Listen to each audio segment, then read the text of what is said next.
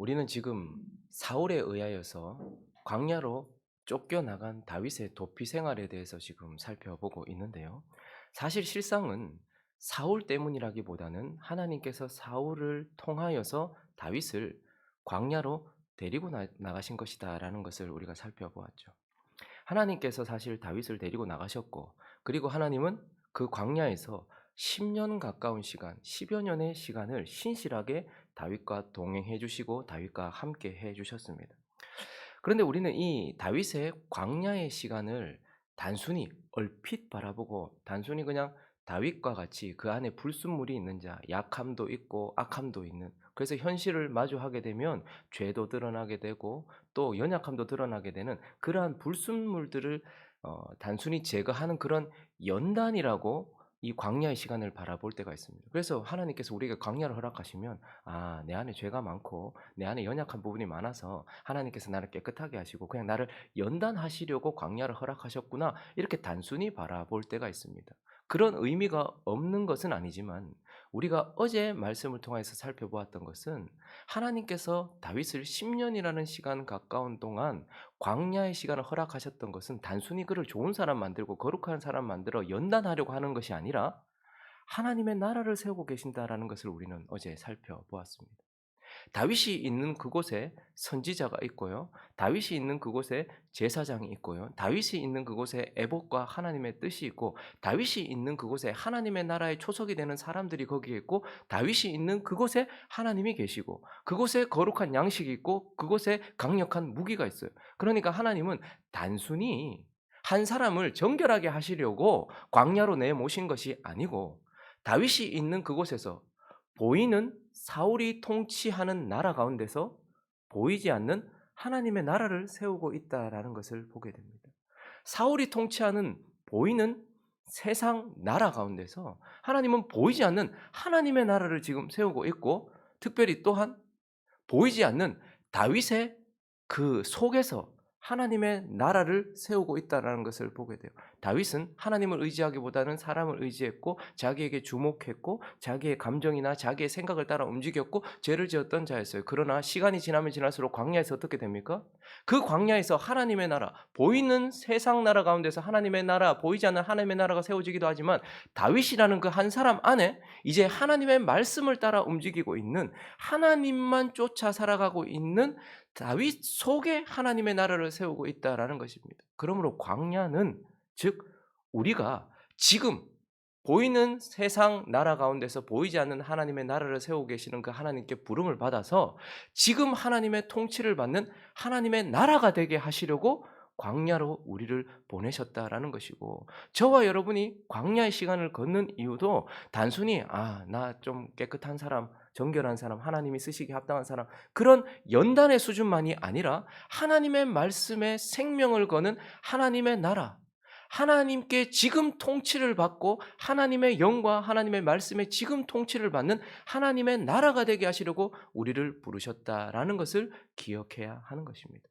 그런데요, 보이는 사울이 통치하고 있는 보이는 이 나라, 보이는 세상 나라 가운데서 보이지 않는 하나님의 나라의 일원으로 부름을 받고, 또 우리 속에 지금 현재 하나님의 말씀과 그 영의 통치를 받는 하나님의 나라가 되는 이러한 부르심의 삶은 쉬운 것이 아닙니다. 매우 고통스럽기도 하고 어렵기도 한 것이죠. 그래서 오늘 본문은요, 이러한 부르심을 받은 자들이 그 어려운 시간을 지날 때에 포기하고 싶을 때도 있고, 또 그냥 확신이 흔들릴 때도 있고 무너져 내려버릴 순간도 있는데, 그럴 때마다 하나님께서 주시는, 하나님의 나라 백성들에게 하나님이 때때로 주시는 은혜가 무엇인지, 그 감미로운 은혜에 대해서 살펴보려고 합니다. 그 첫 번째는 흔들릴 때마다 나를 붙들어 주시는 하나님의 음성, 흔들릴 때마다 붙들어 주시는 하나님의 음성이 있다라는 것입니다. 여러분, 사울이 다스리는 보이는 나라 속에서 하나님이 통치하시는 보이지 않는 하나님의 나라의 일원이 되어 그 나라가 이루어지는 그곳에 우리가 서 있게 되고, 내가 하나님의 통치를 지금 받는 하나님의 나라가 되는 그 과정을 걸어가는 사람들의 삶은 쉽지 않다라는 것을 보게 됩니다. 때때로 확신이 흔들려요. '내가 지금 이렇게 사는 게 맞나? 내가 지금 여기 와 있는 게 맞나?' 한 10 년쯤 지났다고 생각해 보십시오. '사무엘이 정말 나한테 와서 기름 부은 게 맞나? 하나님이 나한테 옳다고 하신 것이 맞나? 정말 내가 하나님 편에 서 있는 것은 맞나? 이대로 가도 되는 건 맞나? 내가 하나님을 믿는다고 하는데 왜 저 사람들은 호의호식하고 잘 사는데 나는 늘 아프고 힘들고 어둡고 왜 내가 지금 맞나?' 이런 확신이 흔들릴 때도 있고, 어떨 때는 너무 고통스러우면 하나님의 나라로 살아가는 것을 포기하고 싶은 그러한 순간도 찾아온다라는 것이죠. 여러분, 다윗에게도 예외는 아니었을 것입니다. 지금 생명이 경각에 달하고 절체절명의 위기들이 몇 번이나 찾아오면서 다윗에게도 흔들리는 때가 왔고, 그리고 마음이 무너진 때가 왔다라는 거예요. 그런데 그때에 하나님께서 오늘 본문을 통하여서 다윗을 어떻게 하고 계시는지 16절과 17절이 보여주고 있는데, 이제 요나단이라는 사람이 마지막으로 다윗과 만나는 장면이에요. 참 희한하죠. 이때마다 요나단이 와요. 하나님의 사람. 거기에서 사울이 통치하는 세상 나라에서 오직 다윗을 위하여 움직이고 있는 하나님의 사람 한 사람이 와서 16절과 17절을 읽어보겠습니다. 시작. 사울의 아들 요나단이 일어나 숲풀에 들어가서 다윗에게 이르러 그에게 하나님을 힘있게 의지하게. 지금 너무 힘든 상황이거든요. 그런데 요나단이 어떻게 아마 정보가 있었던 것 같아요. 요나단은 왕궁에 있으면서도 다윗과 내통을 하고 있었던 것 같고 힘들고 어려울 때마다 도와주고 있었던 것 같아요. 그러니까 다윗이 숨었는데 다윗을 만납니다. 그리고 나서 그가 뭐라고 말합니까? 하나님을 힘있게 의지. 아마 다윗도 한두 번이지. 그만할까? 혹은 그냥 내가 그냥 끝내버릴까? 이런 생각도 들었지 않겠습니까? 그런데 그가 찾아와서 하나님을 힘있게 의지해라. 더 붙들어라. 하나님 너 붙들고 있으니까 너도 하나님 붙들어라. 이렇게 말하면서 17절도요. 곧 요나단이 그에게 이르기를 두려워하지 말라. 어떻게 안 두려워할 수 있어요? 그런데 사울의 아들이 와서 얘기하는 거야. 두려워하지 말라. 내 아버지 사울의 손이 네게 미치지 못할 것이다. 그리고요. 너는 이스라엘 왕이 될 것이다. 또다시 한번 그 오래전에 하나님께서 하셨던 말씀을 또다시 그에게 하나님의 음성의 어떤 도구로서 들려주고요. 그리고 뭐라고 또 말합니까? 나는 네 다음이 될 것이고 내 아버지 사울도 네가 왕이 될 줄 안다. 이렇게 말하고 있어요. 그러니까 너무 현실이 어렵다 보면 흔들려요. 이게 맞나? 이런 생각이 들고 그만하고 싶다라는 생각이 든단 말입니다. 선을 행하다가 낙심할 만한 상황이 얼마나 많이 오는지 몰라요. 내가 옳은지 그른지 내가 틀린 것처럼 보여요. 왜냐하면 다수가 그리 가고 있으니까요. 그런데 그때 요나단이 와서 하나님께서 요나단의 입을 통하여서 두려워하지 말아라. 하나님을 힘있게 의지해라. 흔들리지 말아라. 네가 왕이 될 것이다. 그리고 네를 지금 죽이려고 하는 내 아버지도 그거 다 안다. 라고 이렇게 말하면서 그를 붙들어주고 있고, 이러한 감미로운 하나님의 음성, 흔들릴 때마다 우리가 엇길로 나가려고 할 때마다 하나님이 이렇게 들려주는 음성은 우리 자신에게도 사실 들려주는 음성 아닙니까? 하나님의 나라, 보이지 않는 하나님의 나라가 지금 이루어져 가고 있습니다. 지금도 보이는 세상 가운데 강력한 나라들이 지금 일어나 있고, 이런 보이는 세상 가운데 우리는 보이지 않는 하나님의 나라가 이미 시작되었고 완성을 향해 가고 있고, 우리는 그 나라에 속해서 지금 내가 그 하나님의 통치를 받는 하나님의 나라로 부름을 받았어요. 그런데 이런 사람들에게는 흔들리는 때가 있고 힘든 때가 있더라는 것이죠. 그런데 그때마다 하나님은 모든, 다윗뿐만 아니라 모든 사람들을 그렇게 붙들어 주었습니다. 그럼 우리가 정말 강한 사람, 하나님 편에 붙어 있었던 사람이라고 하는 그런 바울도요, 이런 때가 있었어요. 그래서 바울이요, 고린도 교회에 들어갔을 때, 고린도 지역에 들어갔을 때 2장 3절은 이렇게 말해주고 있는데요. 바울도 이런 때가 있었어요. 읽어볼까요? 시작. 내가 너희 가운데 거할 때에 약하고 두려워하고 심히 떨어. 그럼 하나님께서 아시아로 가려고 했던 바울을 유럽으로 옮기셨습니다. 그리고요, 빌립보 성에 갔어요. 거기서 죽도록 맞았어요. 그리고 나왔습니다. 그래서 그냥 떠밀리다시피 해서 데살로니가로 갔어요. 그런데 거기서도 박해를 받아서 떠날 수밖에 없게 되었습니다. 그리고 나서 어떻게 됩니까? 아테네로 가게 되죠. 근데 거기서 사역을 했는데 열매가 없어요. 너무 힘들었어요. 그리고 떠밀려서 간 곳이 어디입니까? 고린도였어요. 큰 도시였습니다. 그런데 거기 갔을 때 바울이 뭐라고 말합니까? 이거 뭐 복음을 전해도 열매도 없고, 가는 곳마다 날 맞고, 유대인들은 날 죽이려고 하고, 너무 힘든 거예요. 그런데 또 고린도까지 갔어요.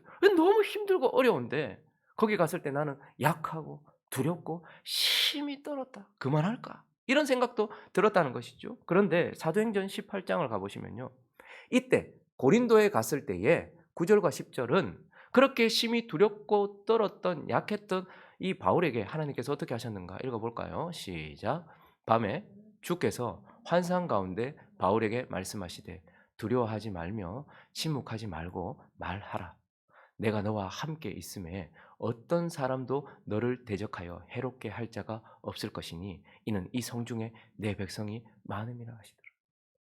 심히 두렵고 힘들고 확신이 흔들리고 어려울 때에 하나님께서 바울에게 어떻게 해요? 환상 중에 나타나셔서 직접 그의 음성을 들려주시면서 바울을 붙잡아 주셨다라고 말해요. 여러분, 그런데 이런 일들은 희귀하고 일반적이지 않습니다. 특별합니다. 하나님께서 특별히 환상 중에 혹은 꿈을 통해서 들려주시는 것은 좀 특별한 상황이죠. 근데 대부분 오늘 다윗에게 그러했던 것처럼 하나님을 의지하고 있는 사람의 입을 통해서, 그래서 누가복음 2장을 가보시면요, 여러분 마리아의 입장을 한번 생각해 보시면, 마리아가 어느 날 갑자기 천사가 찾아와서 네가 잉태하여 아들을 낳을 것이다. 그가 구주다. 뭐 이런 얘기를 했을 때 이게 감당도 안 되는 말이잖아요. 아직 나는 남자를 알지도 못하는데. 그런데 주의 계집종이오니 주의 말씀대로 되리이다라고 믿음으로 받았어요. 그래서 임신을 했고요. 그리고 요셉도 그걸 받아서 뭐 얼마나 손가락질했겠어. 저 좀 의심스럽다, 저 집. 저 씨가 진짜 요셉 씨 맞나? 뭐 이런 이야기를 들어가면서 그렇게 즐거운 속에서 아이를 잉태하고 살아야 되는데, 그 아이를 잉태하고 있는 이 뱃속에 있는 동안 얼마나 힘들었겠어요. 그런데 저는 이 출산하는 순간에 마리아가 얼마나 흔들렸을까 이런 생각을 해봐요. 왜냐하면 출산을 하려고 했을 때가 베들레헴으로 신고하러 갔잖아요. 이렇게 사람들 점검할 때 몇 명이냐 뭐 이거 점검할 때, 그래서 신고하러 베들레헴에 갔다. 그런데 거기서 마리아가 있을 곳이 없었어요. 아야, 구주를 잉태했다는데 이 땅에 나 하나, 내가 뭐 편한 삶 사는 원하는 것도 아닌데 주님이 내 속에 찾아오셔서 내가 하나님의 나라가 되고 이제 내가 내 삶이 하나님의 나라가 되는 그런 부르심을 받았어요. 그런데 이 여인이 출산하려고 하는 순간이 가장 예민하고 얼마나 두렵고 떨리는 순간입니까? 그런데 자기 몸 누일 곳도 없고 이 아이를 놓아둘 곳도 없어서 구유의 아이를 누여야 했던 그 순간에 얼마나 흔들렸을까? 저는 그런 생각을 해봐요. 야, 이거 내가 맞나? 내가 그때 그거 잘못 들었나 보다. 내가 뭐 홀렸나 보다. 어떻게 내가 출산할 곳도 없고 내 아이를 눕힐 만한 곳도 없냐. 이거는 보통 사람들보다 훨씬 못한, 그랬을 것 아닙니까? 그런데 2장 15절을, 누가복음 2장 15절부터 보시면요, 천사들이 떠나 하늘로 갑자기 천사들이 목자들에게 나타났네요. 그 천사들이 와서 뭐라고 말합니까? 다윗의 동네에 구주가 나셨다, 이런 이야기를, 구약시대 내내 약속하셨던 그 메시아가 지금 나셨다. 지극히 높은 곳에서는 하나님께 영광이요 땅에서는 기뻐하심을 입은 사람들 중에 평하다, 이런 이야기를 목자에게 말해주고 천사들이 떠나 하늘로 올라가니 목자가 서고 말하되 이제 베들레헴으로 가서 주께서 우리에게 알리신 바 이 이루어짐을 보자 라고 하고, 그리고 빨리 가서 마리아와 요셉과 구유에 누인 아기를 찾았어요. 보고 천사가 자기들에게 이 아이에 대하여 말한 것을, 아마 마리아와 요셉은 아이를 낳은 기쁨보다는 이 아이가 진짜 우리가 들었던 그 사람 맞나? 이런 생각이 들었을 것 같아요. 그런데 목자들이 갑자기 몰려와서는 천사들이 이런 얘기를 하더라 라는 이야기를 들었어요. 그랬더니요, 듣는 자가 다 목자들이 그들에게 말한 것을 놀랍게 여기되, 19절에 있습니다. 시작. 마리아는 이 모든 말을 마음에 새기어 생각. 내가 잘못 들은 것 아니다.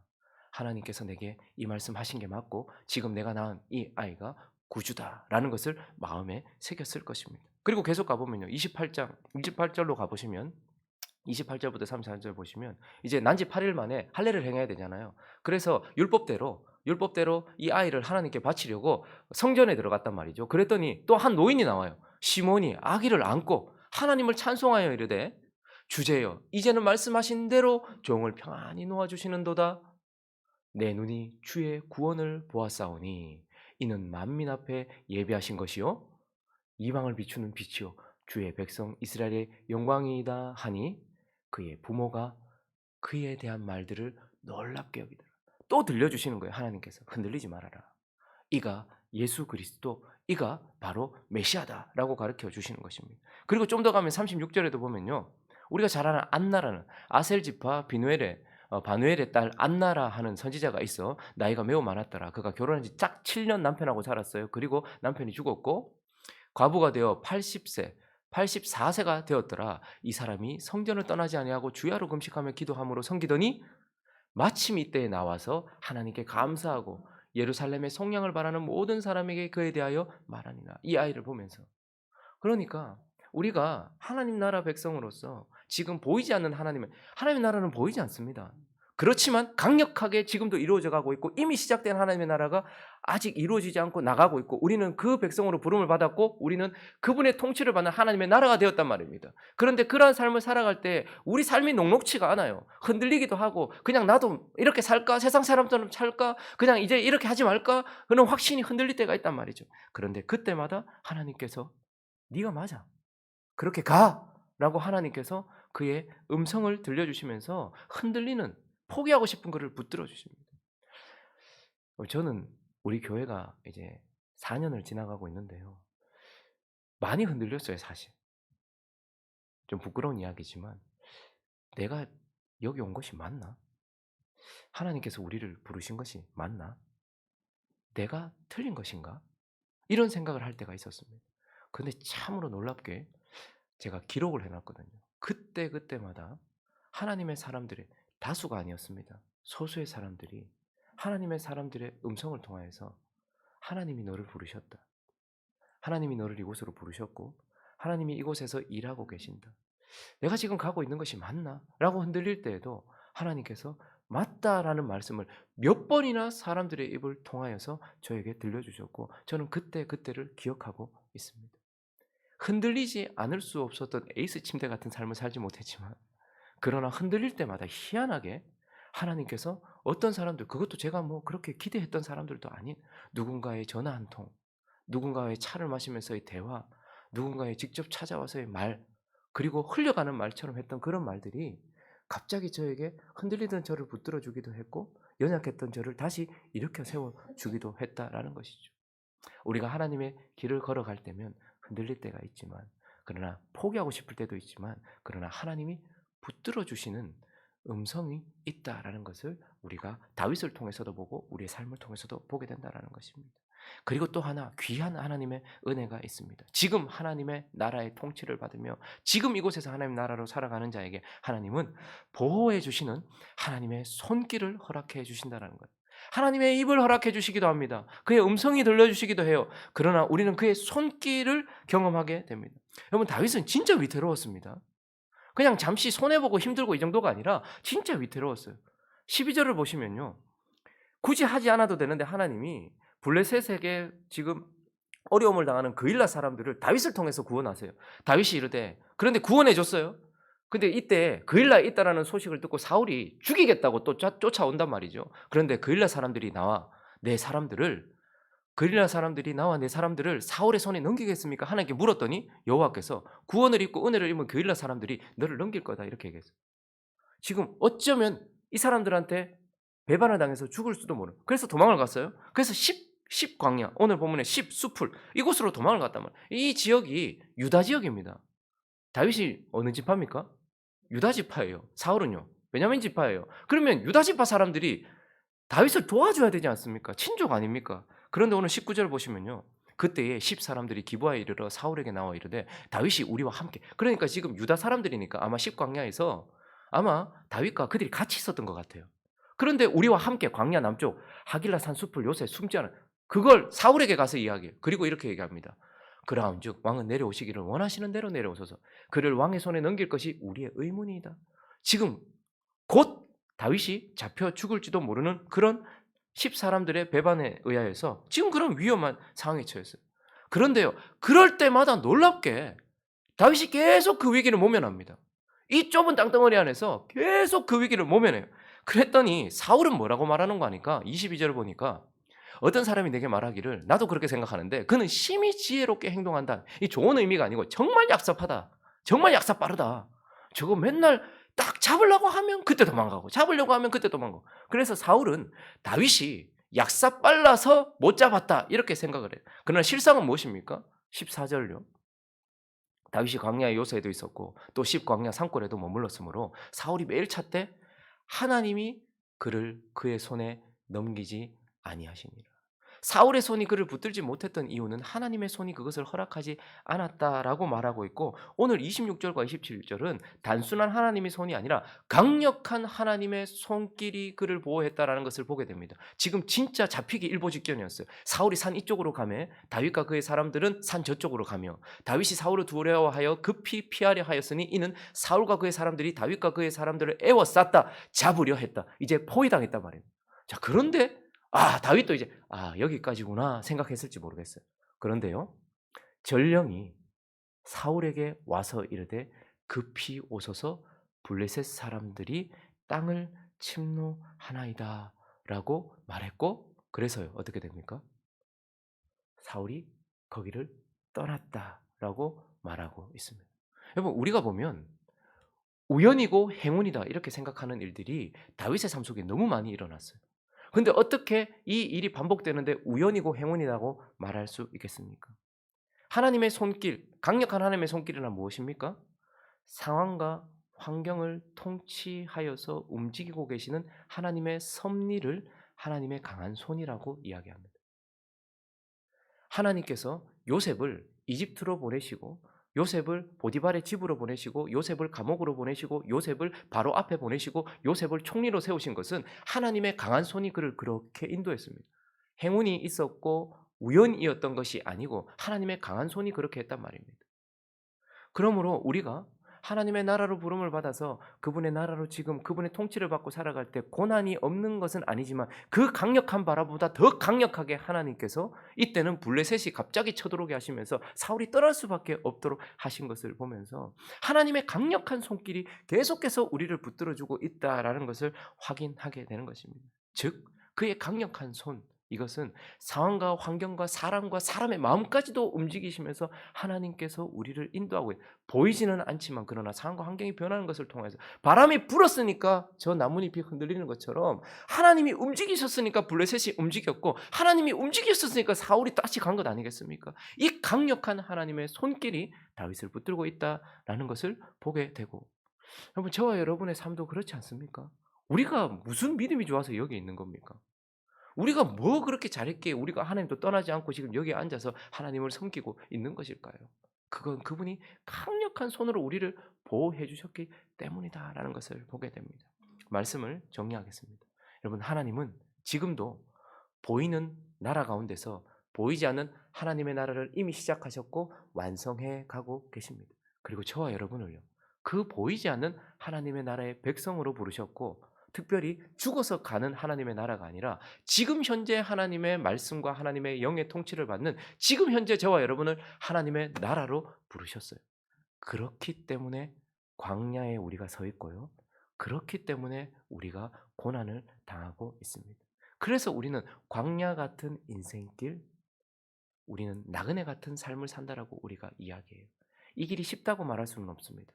그러나 저와 여러분이 주목해야 될 것은, 그런 길을 걸어가면서 고난을 만날 때마다, 하나님께서 흔들릴 때마다, 힘들고 어려울 때마다, 절체절명의 위기를 만날 때마다 우리를 붙들어 주시는 하나님의 음성을 들려주신다는 것을 기억하고 그것을 경험하시는 저와 여러분 되시기를 예수 그리스도의 이름으로 축원합니다.